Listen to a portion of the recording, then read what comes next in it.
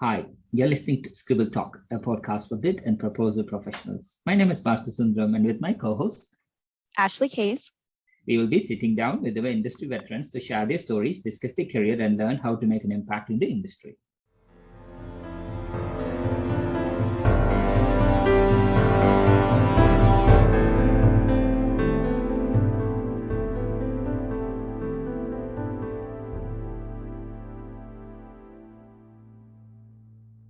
Today's guest is Kate Moshoadiba.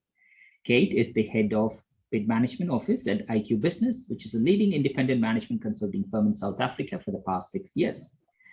This proposal fanatic, which is obviously Kate, has over 15 years of experience in handling winning proposals and bids and has earned herself a great reputation and experience within this profession. She has worked for a diverse range of companies in auditing, consulting, engineering, and mining, such as Deloitte, Aurecon, LRGM, Lexmark, RSV Enco, to name a few. She has a bachelor's degree in business administration from Milpark Education and a marketing management diploma as well. Kate has been part of the APMP family and a member of the APMP South African Chapter since 2014, and now the chair of the APMP South African Chapter. She has an APMP Foundation accreditation and is currently pursuing her practitioner, hoping to bag it by June 2002.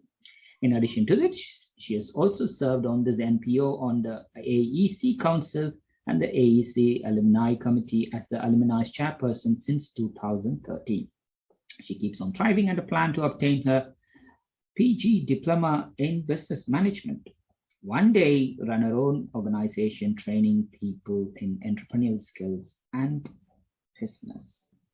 There's a lot more to Kate. Welcome to Scribble Talk, Kate. Good to have you with us. Thank you very much, Bhaskar. It is such an honor for taking this time out and to be part of this recording.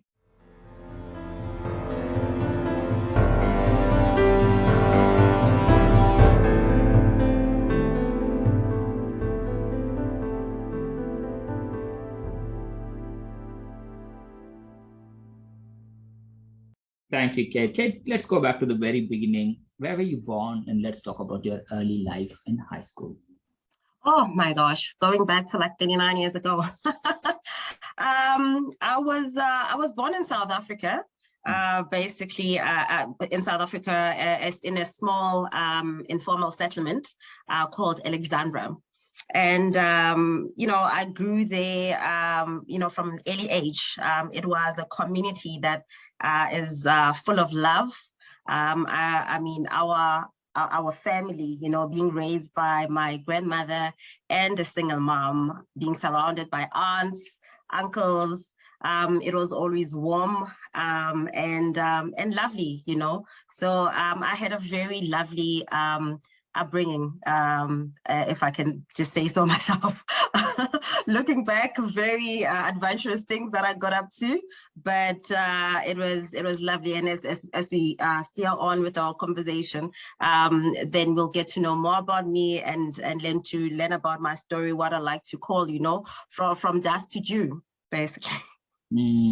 That's nice. Any early childhood memories pops up? Oh my goodness, a lot, hey? A lot.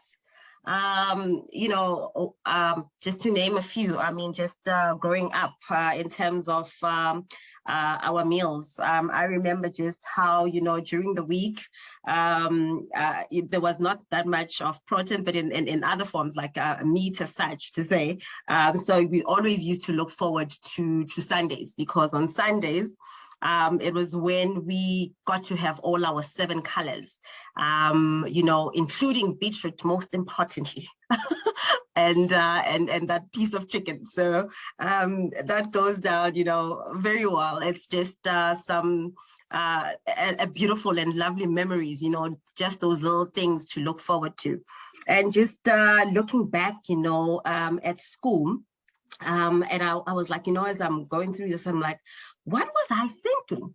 I remember traveling from school and we used to go under the tunnels, and that was actually very dangerous when I think about it. It just gives me, you know, goosebumps and cringes when I think about it, because you just wonder about what could have happened. But at the time, you know, being young and all, and having this group of friends, and we're like, be so wild and then just go under the tunnel, and we'll walk about like, most probably about 200 meters underneath, and come out on the other side. And it was so lovely, but at the same time, it was adrenaline rushing, I suppose then as a child, but now as an adult looking back, I'm just like thinking, I don't know, that was very stupid of me, but also a beautiful thought and memories of those that, you know, I traveled with, you know, under those tunnels, and crazy as well. That's great. I mean, like we all have done the things that if in hindsight look back and like totally stupid and stuff. But again, that's part of the age, and I'm glad that you had that experience in your life, Kate. Kate, growing up, you know, you went ahead and completed a high school and went with the traditional university route, or you took time, went back, did some work, and then you went back to university later? Talk us through your higher education as well. So with my higher education, I completed, we call it, it's a matric this side, which is a grade 12.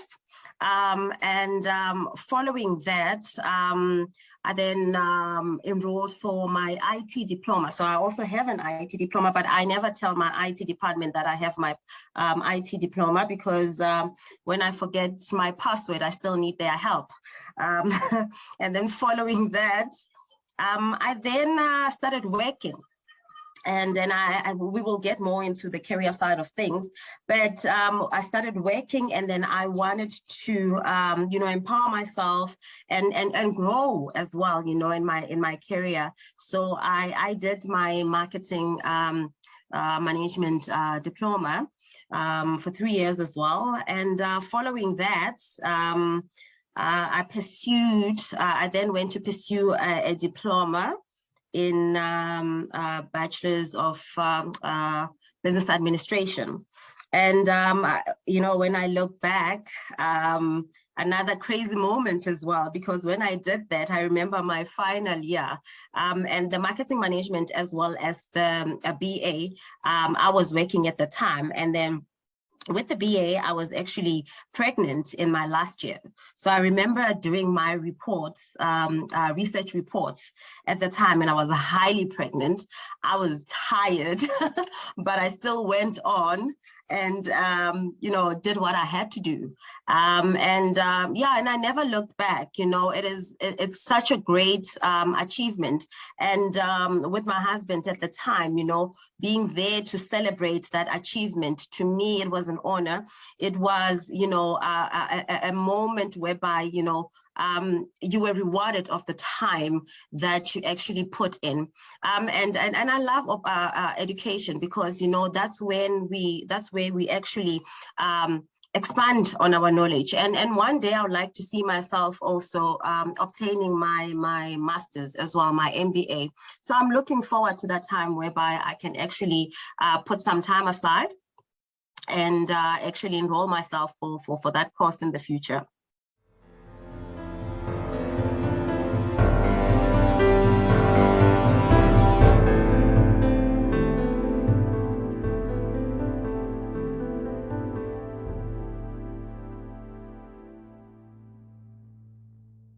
Wow, that's great, Kate. And what sort of roles did you take before you entered the proposal world? And talk us through your multiple roles as well, please. Yeah. So I played Various roles, Bhaskar, various roles. My career started as a mere switchboard operator. When I finished my IT diploma, I immediately looked for employment. I remember calling this recruitment agency, and Dion on the other end was like, I like your voice. Do you think you can come in tomorrow? You know, and I did not hesitate. I did not blink. I was there very early in the morning. Needless to say, he just corrected me on a workplace and professional dressing. This was my first job, by the way. And he was like to me, he's got something temp for me, which he would like for me to do. And it was the switchboard operator role. And I did not know anything about switchboards and things like that. So what did I do? I then was like, Mom, can I please come through to your office and just learn a bit about switchboards and all? Luckily, my mom, you know, at the time was the manager at the office, and you know, her colleagues did not mind at all. You know, they were hooting me on, and they called me in, and I went to practice on their switchboard, and then I started the day after that. But to my surprise, it was not the same. It was so different. It was such a huge organization. I think they had about over 1,000 extensions. And yeah, but you know, you get in there, you jump in, and you just learn how to swim as quickly as possible. And that's exactly what I did. And following that, I had this great opportunity at Deloitte. And this is where I now got introduced to somehow what you, the bid profession, but I was on the far end of things. So I would watch from far what they're doing and contribute whenever they needed assistance. I was what you call the walking encyclopedia of Deloitte, because I was always keen, always wanting to learn. And from then onwards, there was this position that was advertised at LRGM, and they were looking for a tender administrator. And I wasn't a tender administrator per se, but I would look from far as to what the bid team is doing at Deloitte. And I called them and I was like, you know what? I saw this position that you advertised, and you are talking to the right candidates. And I think I know that I can do this. I remember it was in the afternoon. So I think everybody had knocked off. So the head of recruitment was there, and they answered the phone, and she was like to me, yeah, sure, Kate. You said your name is Kate? I was like, yeah. I was like, okay. How about you come see me? I was like, okay, cool. And we scheduled some time, went in. To cut the long story short, I got the job. My first day on the job, boom, what do you know? There was a bid that was due that Friday. So I had to like sit in and read through the bid documents, you know, familiarize myself with the requirements, had to unpack it and make sure that it is ready, you know, get everybody involved. You know, I'm a people's person. If there's one thing, I think people are always willing to help. And when you seek help, you just need to raise your hand, and somebody's always there to help. So I then, you know, raised my voice and asked for help, and people were there to help, and we got things done. And yeah, my first official bid was then deposited in the tender box. I was very proud of that.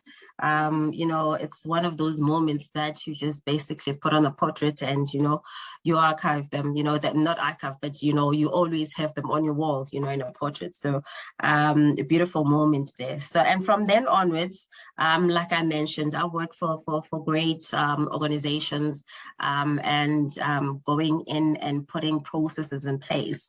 And making sure that, you know, we have great workmanship in the bids that we actually submit, using the science and arts, you know, of winning proposals. So I'm always coaching and training. Right now at IQbusiness, there's some workshops that I currently run internally.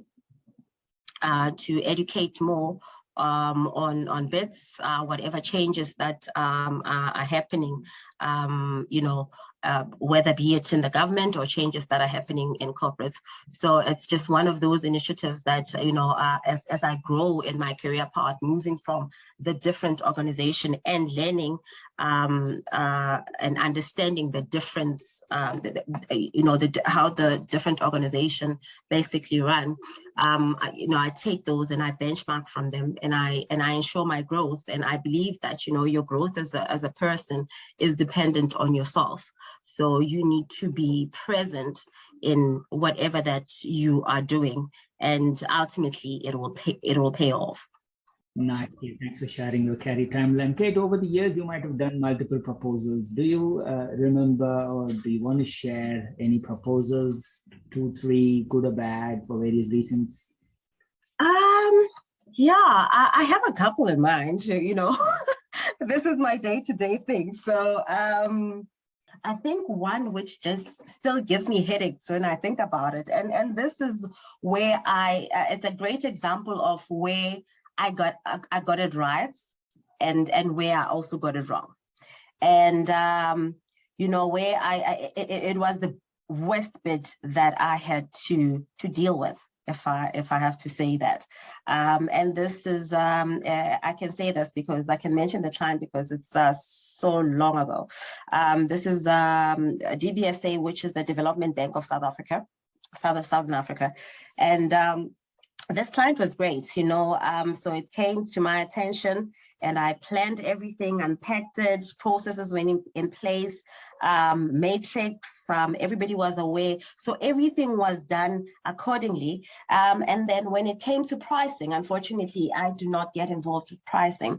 And when I was supposed to receive the pricing, the person that was supposed to provide me with that information, unfortunately, they were not available.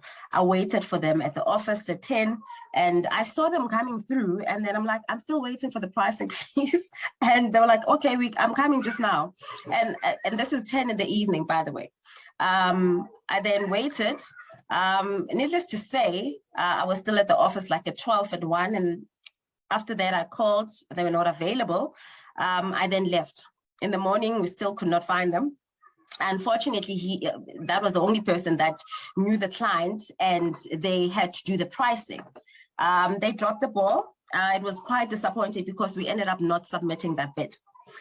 We had a great relationship with the client, but then, and they were expecting our bid, but we did not pitch. So we lost out on that. And there was about 30 mil South African rands. And, but, as luck would have it, my immediate manager then still awarded the same client, located the same, asked me to basically handle this bid. It was another project, and asked me to just carry that through. Then did everything as normal, relationships capture in place, processes, the proposal was compliant, responsive. It was a huge bid. It was a JV. I think there were 10 partners on there, and about 170 million. And at the time I had actually handed in my resignation, and my manager still trusted me that I can do this. At the time I actually thought that she was setting me, on a trap or something like that. But I still went on. I still made sure that I completed and see it to end and to finish. We then submitted it. I remember it was also one of those, I submitted the bid like a minute before the closing time. And I remember when we finished packaging it, because it was so huge, when I looked at the driver who was going to be taking it in, because we still print out bids here, so we still kill the trees by the way. And I looked at the driver and I'm like, no, he is just not going to get it in. I then took the keys and the company car, and it was like to me, no, you still need to sign off the car. And I was like, I don't have the time right now. I'm taking the keys and I'm just running to drop off this tender. I went out, drove on the yellow line on the sidelines, and there was so much of traffic, I remember. And I was like, I swear, if I don't put this in the tender box, oh my gosh, I might as well just exit this earth. And then I got there, needless to say, I got there on time, just with 1 minute to spare, or no second at all, because they were just closing at that time. And the lovely thing about this bit is that, my manager, I had left the company, by the way, and 3 months down the line, she calls me, she's like, this bit that you actually dealt with, I just wanted to congratulate you and let you know that we are going for drinks on your behalf, and that we did beg it. So it was just such lovely validation and feedback that I received, and I was glad that we won that, even though I was not part of the organization anymore. But that's another character that one needs to have when you are dealing with bids. You always see things to finish. You always do things diligently. It does not matter what stage you are at, but you always make sure that it is done. It is, you're submitting a winning bid, no matter whatever it takes. There are long hours sometimes on there, but we always make it. I always say that we always make it. I always have plan A, plan B, plan C, and dealing with people sometimes is hard, but it's just one of those things that you need to have those good relations. And sometimes we do drop the balls, like in this example, but this is such a great case study, and a great turnaround as well, to say that there's some positive that came out at the end.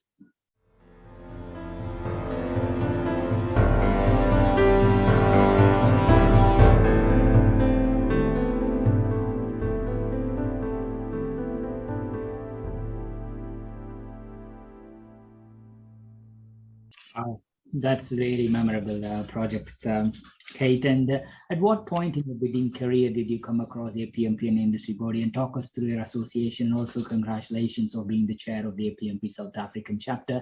Talk us through your journey within APMP. How did you find it? And for the past 7-8 years, your role, contributions, board members, initiatives, anything and everything. Sure. I actually thank you very much for that. It's quite exciting being the lead and steering the ship of the APMP SA chapter, and very challenging as well. And especially that we also it's a voluntary type of service that one offers. But I'm happy to do it. It's a challenge that I've accepted. And very big shoes that needs to be filled, because Larissa, who was before me, she was exceptional, but she's still very supportive, and I'm loving that. So when did I join the APMP? I think I joined the APMP was it 2013 or 2014? 2014. Okay, I think I did give that date, but now that I'm talking to you, I just can't remember very well, but it was 2014. And it was, I was introduced by one of my colleagues at the time. I was working for RSV Enco, which is a mining company. And he introduced me to the APMP, and he invited me to go to one of the events. And I actually haven't heard at the time, I haven't heard of this Association of Proposal Management Professionals. I then went in. I was so excited to hear about it. I must say, it liberated me, and I just wanted to get more involved, because there was just so much that one can learn and benchmark from. As I went in deeper, understanding the content that is available for members online. It's quite great. It's great content that you can benchmark from, and to say that, you know, you are part of or affiliated with this great association, to me was just an honor and a cherry to my career. And I always thought that, you know, my career, okay, it's not a CA, it's down there, and there are no such associations. But, you know, it's one that actually elevates in me and sort of like gave me a boost in my career. So I'm actually glad and happy to be part of this association. I then went on. I was asked to be or nominated rather to be on the committee like 2 years before, in 2020, and unfortunately we had COVID, so it was a very rocky and a bumpy ride, but we made it. And then over the years, I have wanted and I would have liked to join the APMP, but unfortunately, at the time, I was pregnant with my boys. So I think for about 3 years, I could not take part in being too involved with the APMP. But from the background, I mean, there's still a lot that I learned. I mean, there are events and everything like that. But, you know, I was ready and eager to take upon when, you know, I was asked to chair. I was eager to just take upon that opportunity to steer the ship, and accepted the challenge. And I must say, like I said, I'm really looking forward to it, and I'm glad that I did accept it. And I'm backed up by great committee members. There's 7 of us in total, I mean, we are involved in organizing the events locally, as well as so the different webinars. And right now we're looking forward to our face-to-face conference sometime in September. Yeah, we've jotted down the date, and I think it's the 13th of September. So we're going to have some teasers. It's exciting time. It's going to be face-to-face since since we've been in lockdown. So we're looking forward to that. People are tired of being cooped up in their houses, so they're looking forward to, you know, engaging and networking with others in the same profession. So we are just excited to be working on that. Other things that we do is also the newsletters as well, and just the LinkedIn comms and circulars. So there's just a bit that we are involved with locally, you know, within as a chapter. Thanks, Pascal. Definitely. I mean, like from where you started to where the chapter is, I've been told the South African chapter is much more advanced in the way they do the proposals. Like South Africa as an industry is much more advanced in the way they do the proposals, tenders, and the other things. And kudos to you, Larissa, and the rest of the APMP board for spearheading this forward. Thank you, Kate. I think. Thank you. We talked about your early life, career, APMP bits and pieces, but, you know, to talk a little bit more about yourself before I hand over to Ashley, talk us through the 3 things not many people know about you. The 3 things that people don't know about me, except for my love of shoes. I think everybody here knows that I love shoes. But one of the things that, the 3 things that they don't know about me is that I love those superpower series or movies, you know, your Marvel. Actually, I'm a Marvel fan. Your series like your Cloak and Dagger, The Runaways, Inhumans, The Gifted, Jessica Jones. Love them to bits. I mean, I will be hooked. If a season comes out, I say I won't sleep. No matter what is happening or what day it is, I will be glued to my screen, you know, and I will stream the whole night if I have to. And of course, Spider-Man. So my little boys are crazy about Spider-Man, and Spider-Man fan, and we just recently watched the latest Spider-Man movie, and yeah, we're raving about Spider-Man in this house. And the second thing that people don't know, I think I know that I'm a sucker for accumulating points or the rewards, you know, when you're shopping, so that you can use them back.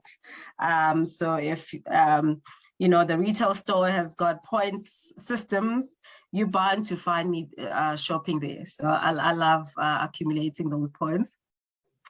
Because I just love shopping in general, especially for shoes.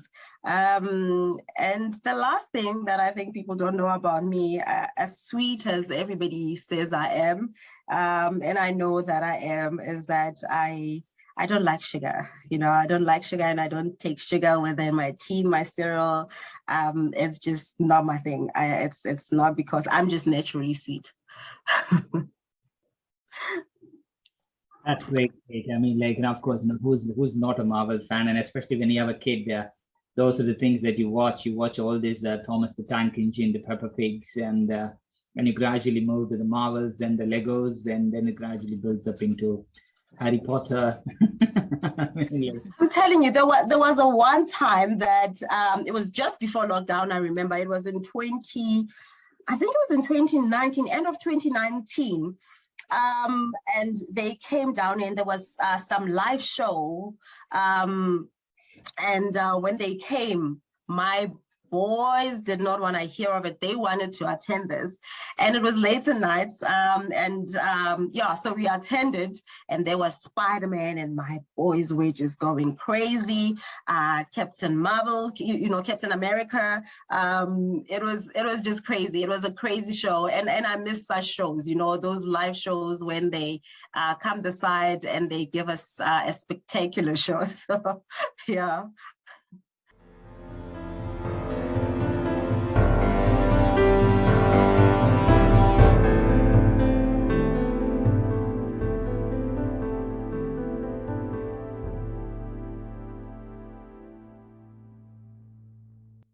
Perfect, Kate. Thank you. Ashley, all yours.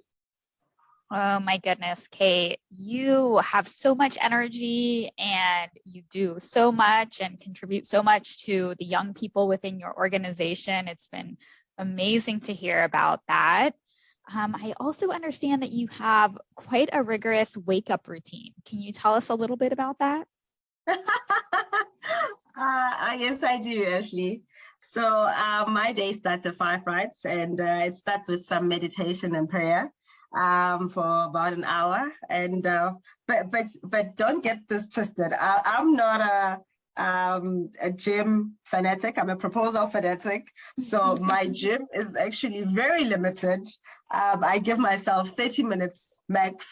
I just go for my jog, come back, just do a few weights. I don't go to the gym per se. I mean, you know, we lost the momentum. Back in the days, because we used to stuck in traffic, I gotten so used to waking up at 5. And ever since lockdown, I tried not to mess around much with my morning routine. I still woke up at 5, and even if we were, you know, not commuting that much. And what I do is just my 30 minutes routine in terms of my jog, and then following that, just weights and just a few exercises on YouTube, and then it's me and my boys, and I take them to school, come back, and start my day. Oh my goodness! Yeah, I envy people like you, Kate, who can do all of that in the morning before the day gets started. Actually, it gets back wild when the boys wake up. So I need to be ready for them. I need to be ready and waiting for them, because when they see me, otherwise they just take over my life. They take my phone. They want to play on my phone. I have to be watching Peppa Pig. You know, so I just make sure that I have some of my me time, you know, as early as I can. Yes, absolutely. I can definitely understand that.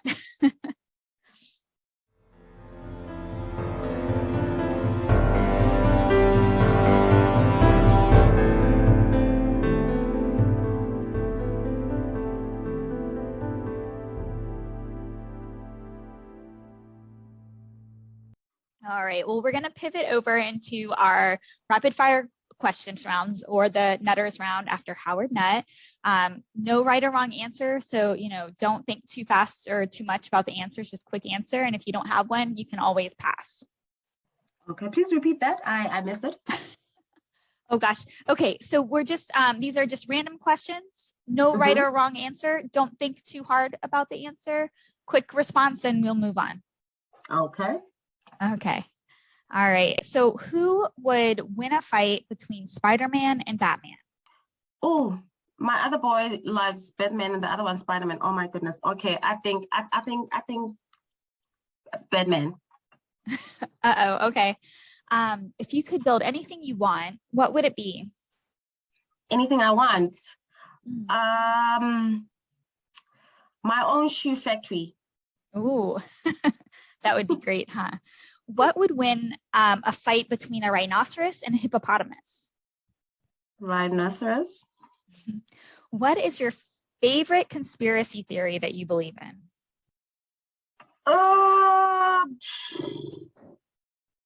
That Russia's gonna take over. Do you think aliens are real? I think so, yes. But Would in a you beautiful rather form. Hopefully, right? Would you rather time travel to the past or the future? The future. Oh, who would you get to play as you in the movie of your life? Who I get to play, like from the current movie stars. Yeah, which actress would be you? Tusum Bedu. Nice. If you could have the power to read my mind, but only if I could read yours, would you want that power? It's invasion of privacy. So no, I've got my own superpower. I told you right that I love those superpower movies and stuff. So my superpower is my voice, which is kind, soft, but at the same time, at times can be very powerful, which I don't mind, but it gives it has the impact that it needs. And loads of people, they love it, and I love it too. So my voice is my strength, and that's my superpower. Yeah, that's great. I love that. If we were to play hide and seek right now, where would you hide? Oh, I will hide in Mars.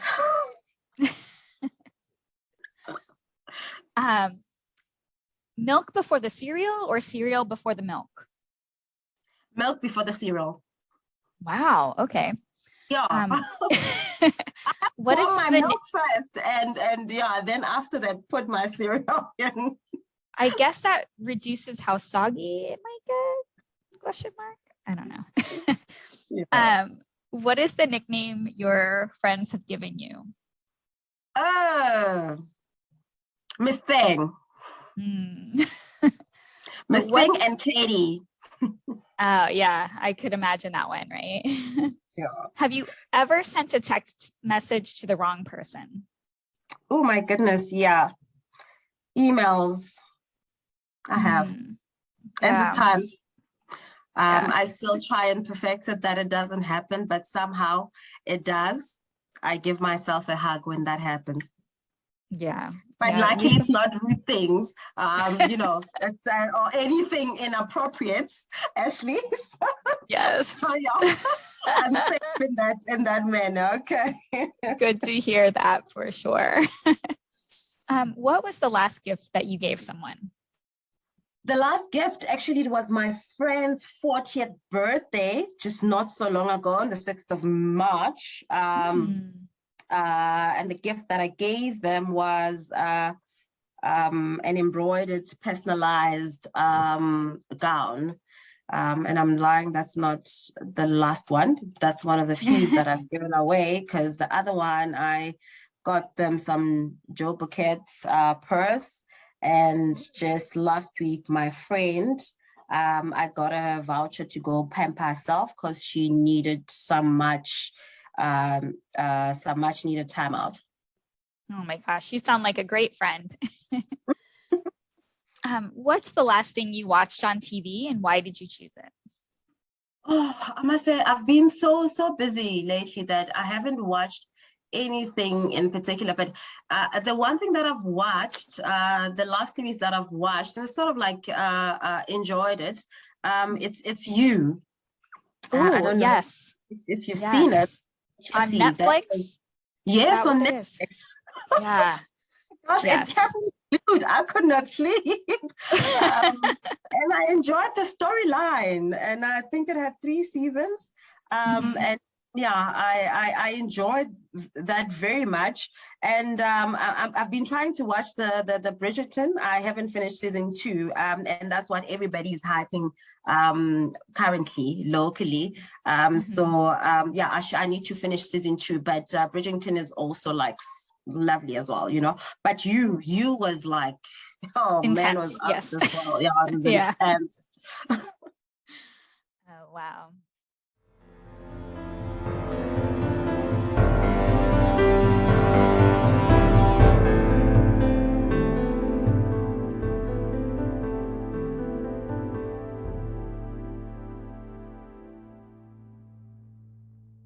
All right, we're gonna move over into the gratitude round. Who are the people who have been the most influential in your life and career? You know, I have a lot of people who have been influential, and I'm very grateful. I mean, as I mentioned earlier, there was Dion, whom for my first job, when I called in, was like, you know what, come through. And 2 days after that, after I met with him, he found a role for me, and I was then placed. I don't know where he is. I seriously would like to meet up with him. I've tried finding him, but I couldn't. It's one of those things that I feel God does send you angels, and he was one of those angels, you know. Yeah. And then there was Gerda. Gerda came for me at a time whereby I had wanted to start my own business, and I left the corporate world and I went on to start my own business in PPE. I swear, if I stuck with that, I could have been, you know, smiling all the way to the bank. Yeah, I mean, look at the times. It was such a brilliant idea, but unfortunately at the time it just did not materialize. You know, Gerda, then I remember when I was you know, couldn't cope and was stressed and all of that, a phone call came through, and Gerda was like, you know what, I'm leaving my current workplace, found another opportunity, and I raved about you to my senior, and they would like to see you. How quickly can you come through? On the same day I went, the next day I started. So, you know, one of the people that I'm grateful for, Larissa, and I'm sure that you will know Larissa. I mean, I love Larissa for her enthusiasm, you know, for the bid management profession. And she is just always, she always avails herself. I mean, I think I talk to her almost weekly, if not twice in a week, and on emails, I don't know. She's always willing and ready to assist. She, you know, she's just full of life, and is always there, you know. I love her zest. I love her zest. And my manager, I think those are the 4 people that come to mind. Celian, she's no longer in my organization right now, but she had this amazing leadership skills. She was fantastic, you know. She cheered women around the organization. She always empowered us.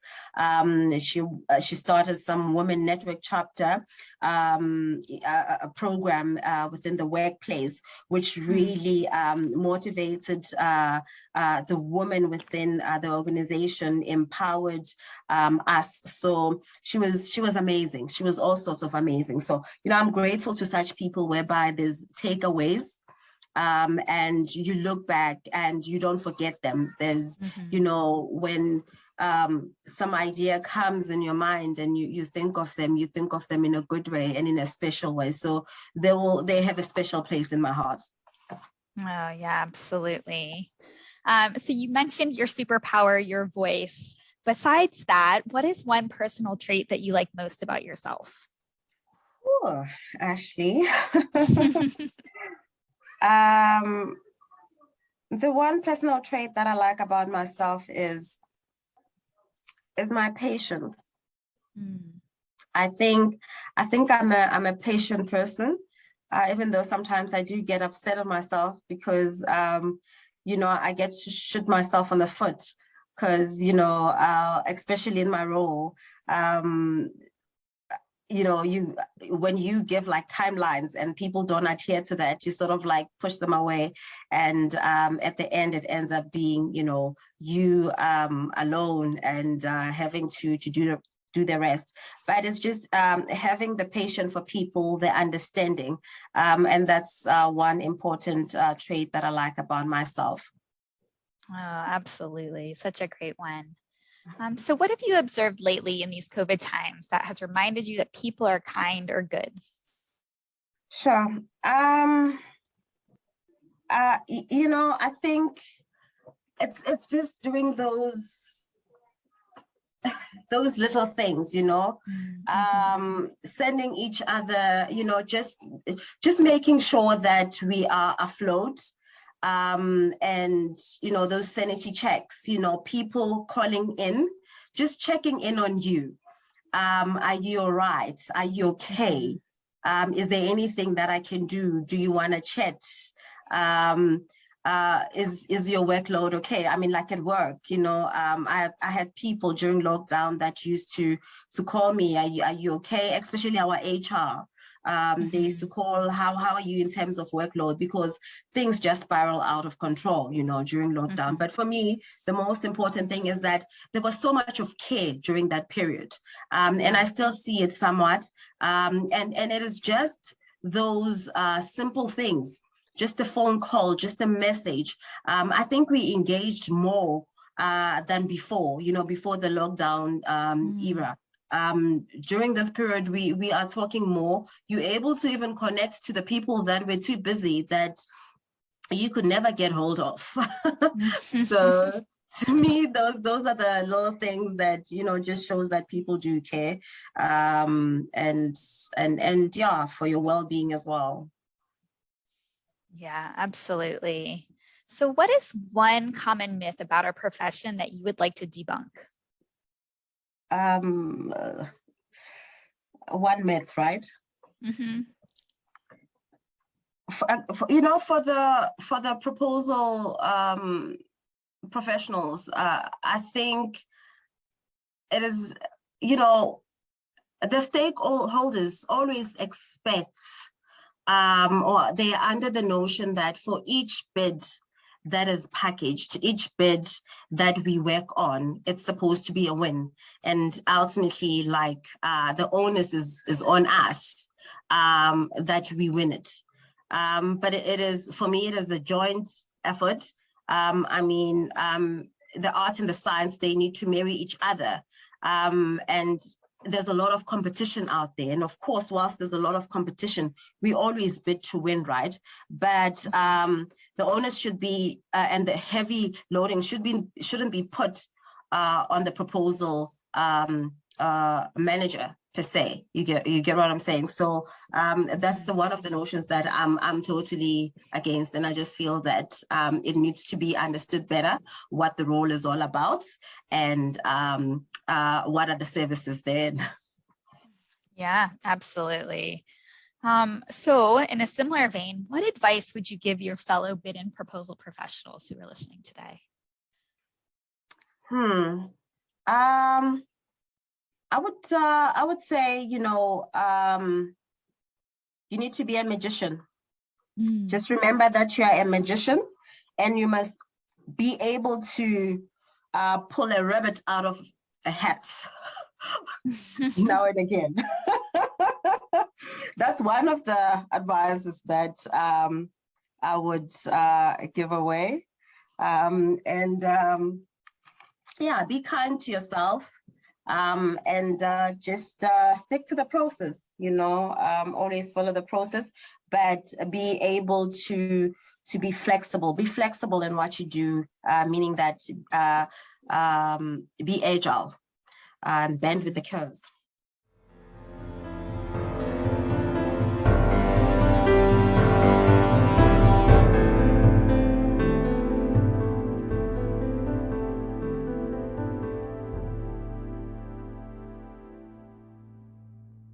Oh, absolutely. So, so important.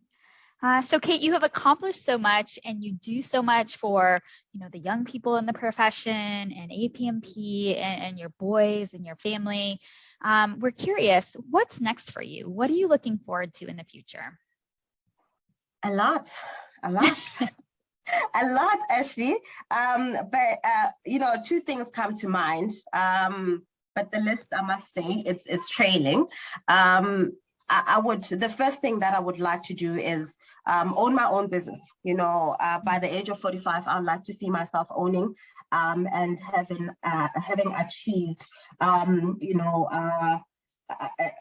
starting up or not, an established business in training entrepreneurs and business acumen. So that is my big next, and I'm really working hard at that, putting business plans in place. And I just can't wait till when I get there.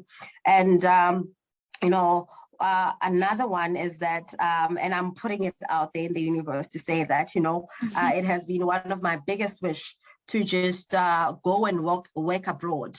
So I'm hoping that a great opportunity will find me and I can find some welcoming opportunity that will actually make me stand up and just fly over and relocate with my boys and just take up that opportunity.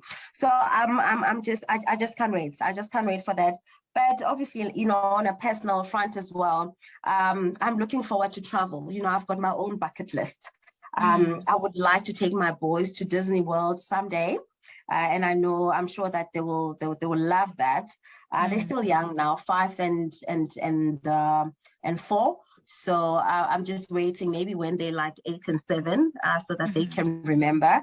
And my travel list, I would still like to travel to the US, Maldives, Seychelles, travel Africa, maybe go to Rome and Switzerland just for their chocolate.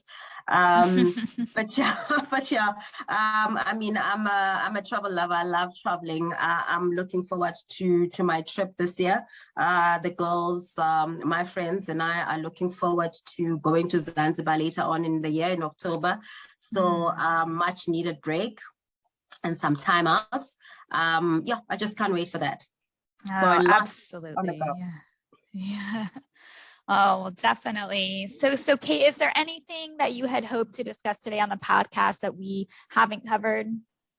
What I also want to add is, I live for a purpose. So over and above what I do, is that there is this NGO that I'm part of in SA, which is to mentor girls.